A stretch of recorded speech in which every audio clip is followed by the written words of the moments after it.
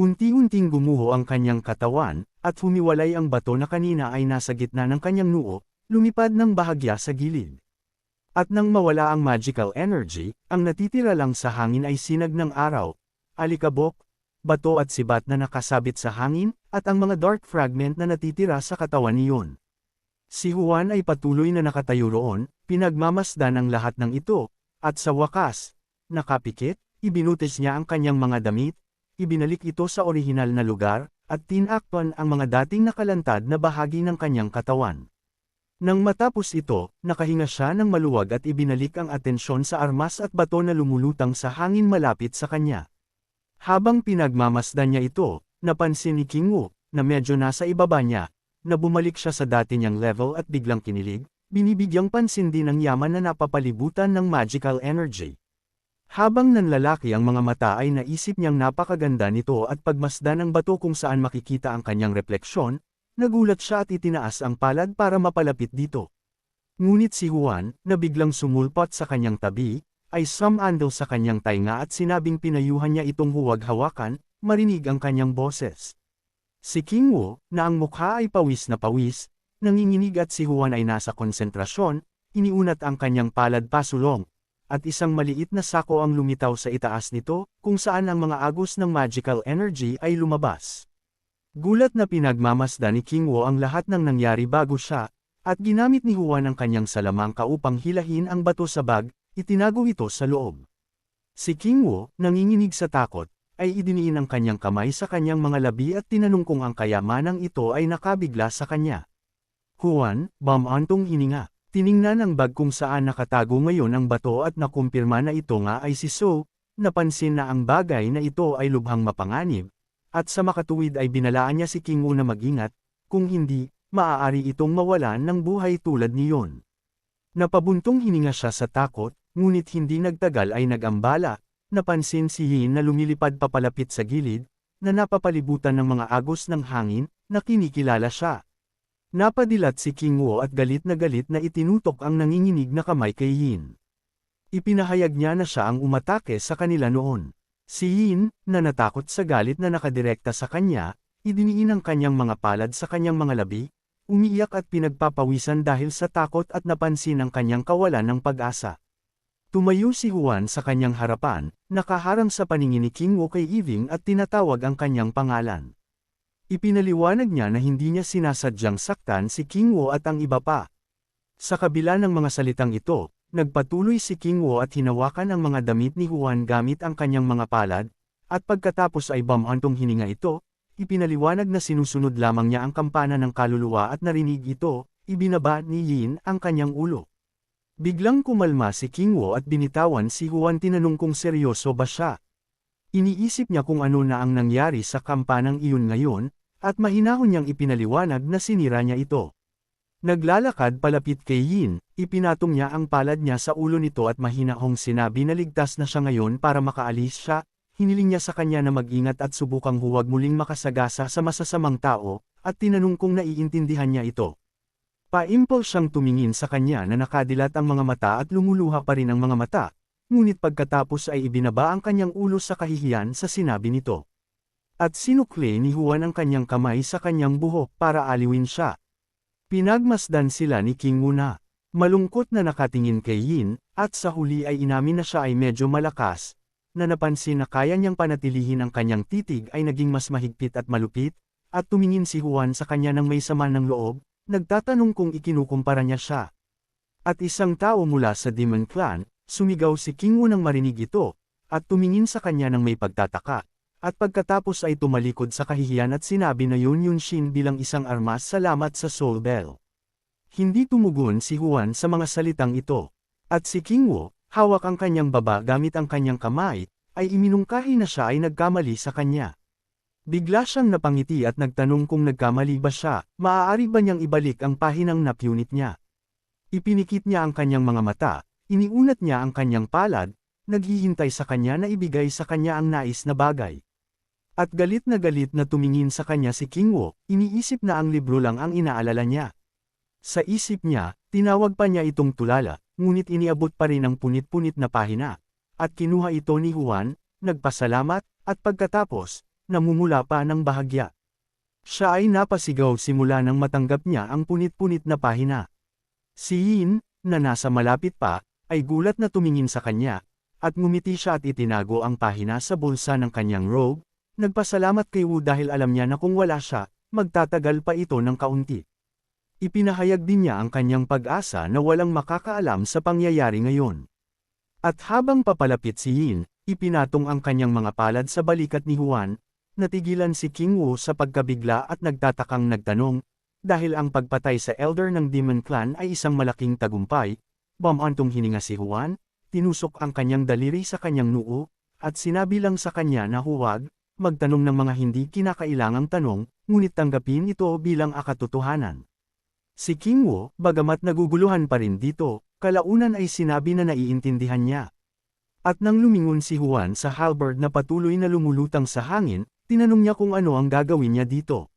Nagpasya si Huan na kunin niya ito at itapon, at pumikit at biglang ngumiti. Ipinahayag ang kanyang pag-asa na si King Wu ang bahala kay Ran NMO na mauna siya sa sandata.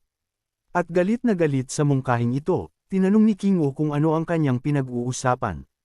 Sumigaw siya na hindi siya ang yaya ni Ran at Mo, ngunit si Huan, na hindi pinansin ang kanyang galit, ay iniunat lamang ang kanyang palad upang kunin ang sibat. Ngunit bago niya ito hawakan, isang malaking palad ang biglang lumitaw sa hangin, at isang alien na boses ang nagpahayag na hindi ito papayag na kunin ni Huan ng magic halberd ang palad na nakahover sa hangin sa itaas ng armas. At si Huan ay gumala sa sarili, may kaaway pa ba? Ang palad ay nakakuyom sa isang kamao, at itinago ang sibat sa loob nito. Nagpasya na ito ay mapoprotektahan ang armas sa anumang paraan. Nanlaki ang mga mata ni Huan, gulat na nakatingin sa harapan. At sa susunod na sandali, ang kamay ay nawala sa portal, at tanging mga bisita ng hangin ang nanatili sa hangin.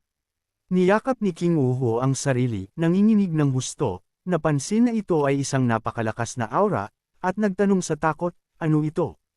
Si Huan, na lumingon sa kanya, ay nagsabi, hindi nasisiyahan na marahil ito ay isa pang elder. At si King Wu ay desperado na tumingin sa kanya, nagtanong, hindi ba niya susundan ang taong ito?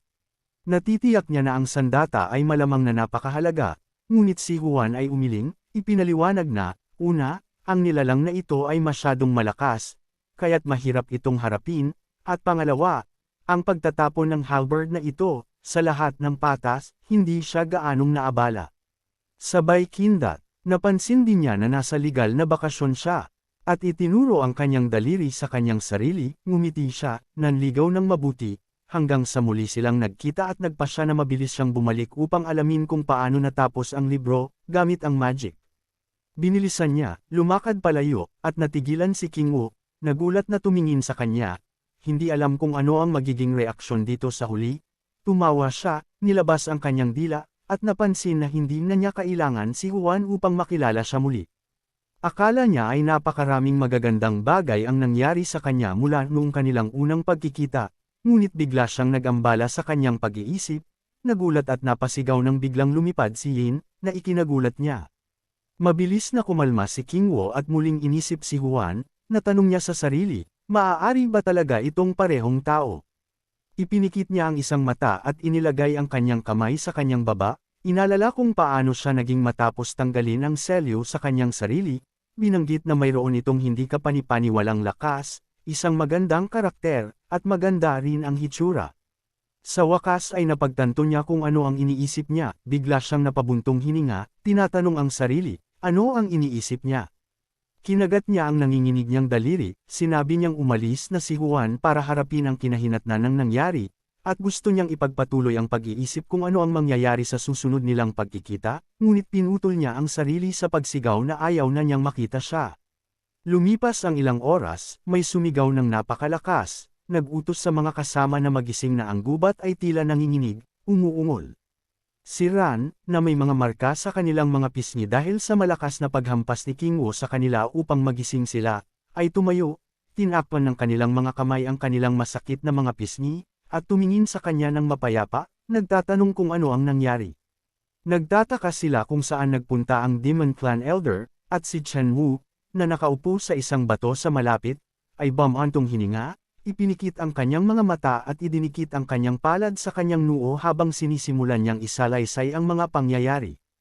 Ilang sandali pa, nang matapos siya, nagulat si Mo, tinanong kung ang kayamanan ba ay ang armas ni Moya ng Demon Clan. Napagtanto niya na ang ibig sabihin nito ay nailigtas sila ni King Wo at Huan. At pagkatapos mag-isip sandali, inamin ni King Wo na parang ganoon iyon, ngunit bahagyang ibinaba niya ang kanyang ulo at ipinaliwanag na maswerte sila na namatay ang Demon Clan Elder dahil sa spiritual exhaustion. Tumayo si Amo, tumingin sa paligid at tinanong kung umalis na si Huan. Bahagya siyang nadismaya na hindi man lang sila nakapagpasalamat, at biglang nakuha ang kanyang atensyon at ngumiti, nagtatanong kung malapit nang magsimula ang engranding pulong. Ipinapalagay niya na, dahil sa lakas ni Huan, tiyak na naruroon siya bilang isang kinatawan ng kanyang clan. At kinilig si Mo nang marinig niya ito, ngunit mabilis siyang napangiti sa tuwa at napagtanto na naroon sila para magpasalamat kay Huan. Tiningnan sila ni King Wo nang may interes, at nanlaki ang kanyang mga mata sa pagtataka, nagtatanong kung anong uri ng pagpupulong ito. At napabuntong hininga si Mo habang hinahawakan ang kanyang buhok at napagtanto na ang lungsod ng King Wo Clan ay nakahiwalay sa ibang bahagi ng mundo, kaya walang sinuman ang hindi nila alam. Sinabi niya sa kanya na karamihan sa mga angkan mula sa silangan ay bahagi ng alyansa, at bawat 10 taon, magpapadala sila ng kinatawan sa Changqiao. At sa meeting na ito, ang rangkang ng bawat clan ay matutukoy, at ito ay tinawag na Changqiao Grand Meeting. Ipinaliwanag din niya na ang pagraranggo ay makakaapekto sa pamamahagi ng mga mapagkukunan sa pagitan ng mga clan sa hinaharap, at sa pag-unawa kung ano talaga ang mga bagay, ngumiti si King Wo at nagtanong kung nangangahulugan ito na maaari siyang masyadong ngumiti at hulaan iyon, dahil sa reputasyon ng King Wo Clan, ito ay ganap posibleng takpan ang isang mata. Hinawakan niya ang kanyang baba gamit ang kanyang kamay at ngumiti, napagtantong magkakaroon siya ng pagkakataon na labanan si Huan sa pag-unawa dito, natawa siya, ngunit nahulaan niya na oras na para sa kanya upang bumalik, at tinakpan ang kanyang bibig gamit ang kanyang kamay, siya ay nanlamig sandali, diretsyong nakatingin sa harapan. Samantala, mabilis na tinungo ni Huan ang kanyang destinasyon, naalala niya ang isa sa mga taong nakilala niya kamakailan, at iniisip kung ano ang nangyari sa kanya. Siya ay nasa konsentrasyon, mas mahigpit ang pagdiin sa kanyang mga labi, at naisip na ang paggawa ng gayong spell ay nangangailangan ng matinding kasanayan at dakilang espiritual na kapangyarihan. Sa pag-iisip tungkol dito, naisip niya ang kapangyarihan ng nilalang na ito, at napagtanto na kung hindi niya sisirain ang selyo ng hindi bababa sa 1/3 kung gayon hindi siya magiging kalaban para sa taong ito. Sa pag-iisip tungkol dito, naisip ni Huan kung ano ang maaaring mangyari ngayon na ang isang demon clan ang nagsagawa ng bagay at ng ahas na atakihin maging ang guro. Napahinto siya ng may pag-iisip, lumilikha sa kanyang isipan ang sandali nang siya ay inaatake. At pagkatapos nito, naalala ang halberd, ipinalagay niya na malamang na kailangan ito ng demon clan para sa isang dahilan. Naunawaan niya na kahit nasubukan niyang ibalik ang armas, tiyak na haantong ito sa isang malaking bilang ng mga pag-atake at isang malaking krisis. At naisip ang isang malaking bilang ng mga patay na nakahiga sa ibabaw ng bawat isa at bumubuo ng isang buong bundok kasama ang kanilang mga kalaban na lumilipad sa itaas sa himpapawid na huminto. Tumangala si Huan sa hangin, napansin na umaasa siya sa tulong ng mga elder ng kanyang clan, at bilang karagdagan, siya mismo ay maaaring mag-ambag sa paglutas ng problemang ito. Biglang nagbago ang kanyang tiwala na hitsura, at bahagyang ibinaba ang kanyang tingin, tumingin sa gilid, tinatanong ang kanyang sarili, ano ang pakiramdam na ito? Ang enerhiya ni Yin sa likod niya. Tinanong niya kung bakit siya dumating. Paimpol itong lumipad palapit sa kanya, hinawakan ng mga palad ang damit nito. At nagulat si Huan. Nakatingin ito sa kanya na hindi niya inaasahan. Inulit niya ang kanyang tanong, umaasang malaman kung bakit siya dumating. Ngunit sa huli, nahulaan niya na wala na itong mapupuntahan, at gustong sumama sa kanya. Si Yin, na mabilis at paulit-ulit na paghinga, ay tahimik pa rin, desperadong nakakapit sa kanyang damit, at sa wakas ay tumango, pinaikit niya ang kanyang mga mata, sinusubukang pigilan ang kanyang mga luha, at idiniin ang sarili sa mga ito, mas mahigpit lamang.